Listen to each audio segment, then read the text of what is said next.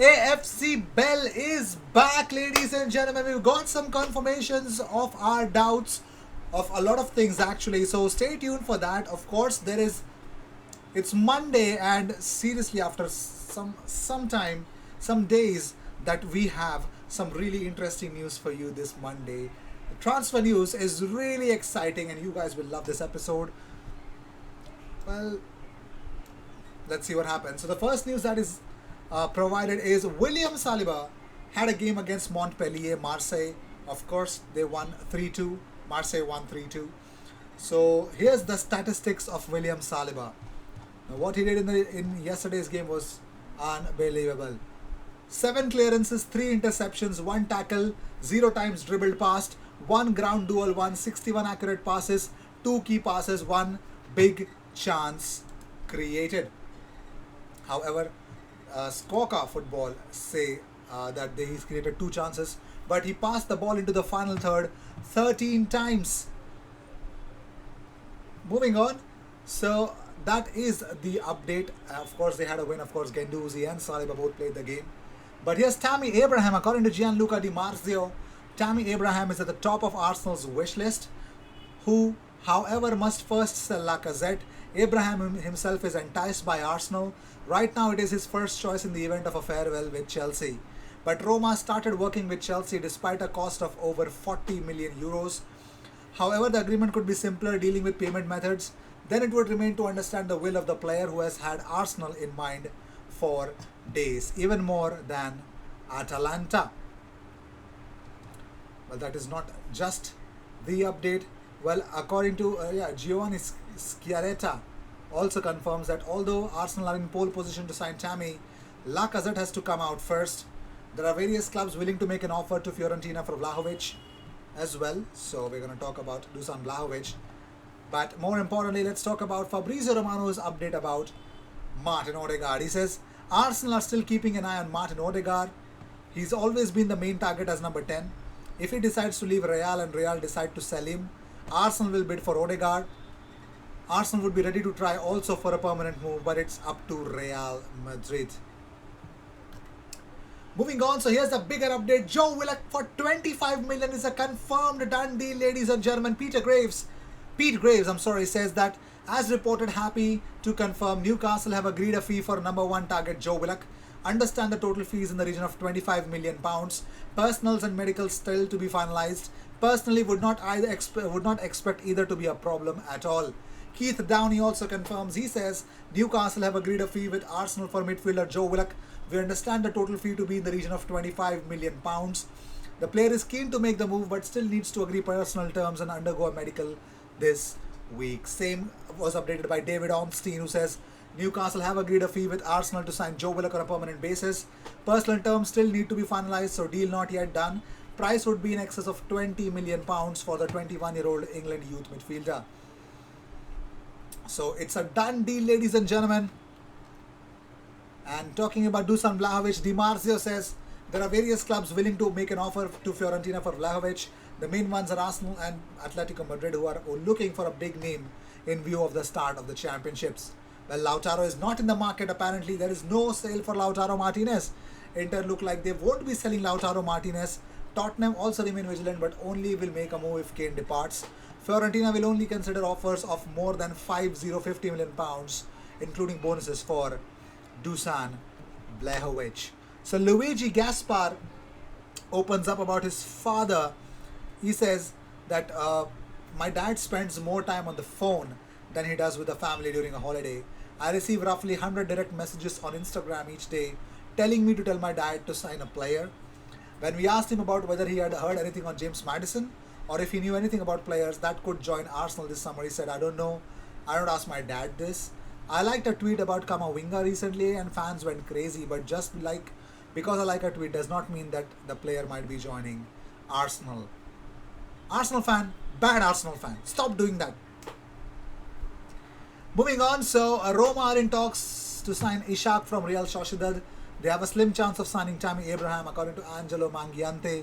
Now suddenly Roma have money to actually sign Ishak, but they don't have money to sign Xhaka. That's odd, odder than usual. But moving on, so there's this guy who commented something, and Alex Malavolta and Bruno Guimaraes, he actually tagged them, and so Bruno Guimaraes' agent also liked the comment. So whatever. But Zach Lowe tweets out that incredible Marseille-Montpellier game has been suspended in the 89th minute as Montpellier fans launched projectiles onto the pitch. Well, the silly goons, actually Matteo Guendouzi had a bottle thrown at him. He picked it up and emptied it and then got another one thrown at him. Valentin Rongier was hit by a projectile as well by Montpellier fans, causing his mouth to bleed. It's great to have fans back, but there's a line there that has to be drawn, and Jeremy Pinaud was right to suspend the game. Remains to be seen what will follow. So I think that ended up with a victory for Marseille. So yeah, shit fans, shit things. And even Chris Wheatley confirmed that Arsenal and Newcastle have reached an agreement over the permanent transfer of Joe Willock. Story first reported by David Onstein, and final fee expected to be in the region of £25 million. Even Miles Stafford tweeted out that things seem to be finally moving for Joe Willock. The Athletic reporting that Newcastle have agreed a deal in excess of £20 million with Arsenal for the midfielder. Mikel Arteta was coy earlier today when asked why Joe Willock was not involved against Tottenham. So since then, things have moved really, really super quick. I won't even say quick, super quick. And Mark Irvine also reported early that Newcastle are closing in on a £22 million deal for Arsenal midfielder Joe Willock. So Kerjan Catalan shared his very small video of his training that he's going to be back. He tweeted out, "Blood, sweat and tears make me bounce back stronger. Hashtag step by step. Hashtag never give up. Hashtag I will be back." It looks like he hasn't had an injury and he will be out.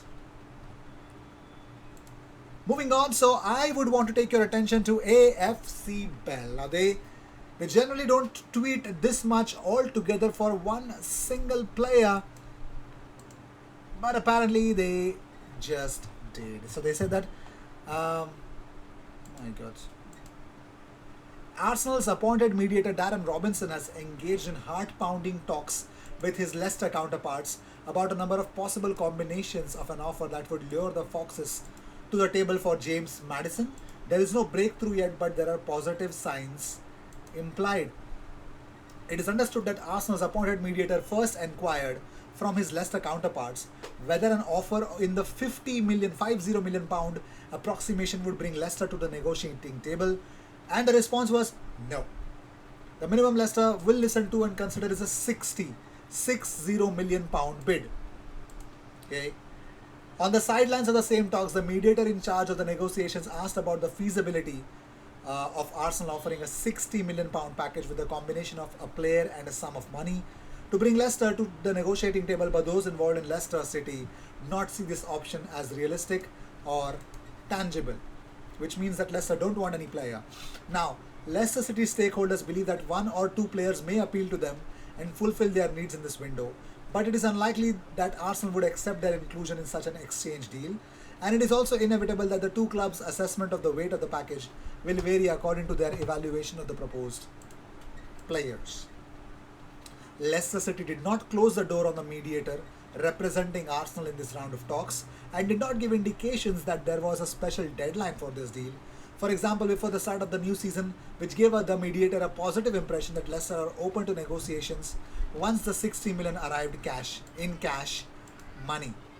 Now, sources close to this event and familiar with Arsenal's purchasing power in this window have already indicated to AFC Bell that the final word in this file is not to provide the necessary funds to conclude the deal, but rather to avoid spending madly on one player and neglecting any gaps or shortages in one of the positions in the squad. English press reports that surfaced recently about Arsenal's intention to keep Granit Xhaka and Hector Bellerin and offer them renewal offers to some extent indicate that Arsenal wants to provide sufficient cover in these two areas, allowing the club to focus its resources on strengthening the goalkeeper's position and adding a player which is creative. Sources close to Hector Bellerin say that the player has not yet received an official renewal contract and the camp is still evaluating all options and listening to those interested in the player's services. There is still a lot left for the summer window to pass, the same source has also added. I'm not done yet, AFC Bell has more. In the ideal circumstances, Arsenal would like to resolve the fate of the right back box before it descends with its weight in the negotiating arena with Leicester, whether by keeping Bellerin and having enough cover in the centre, or by leaving and compensating him internally or externally with a new deal to fill the gap of his exit if he leaves. The players' camp is not in a hurry on the other side.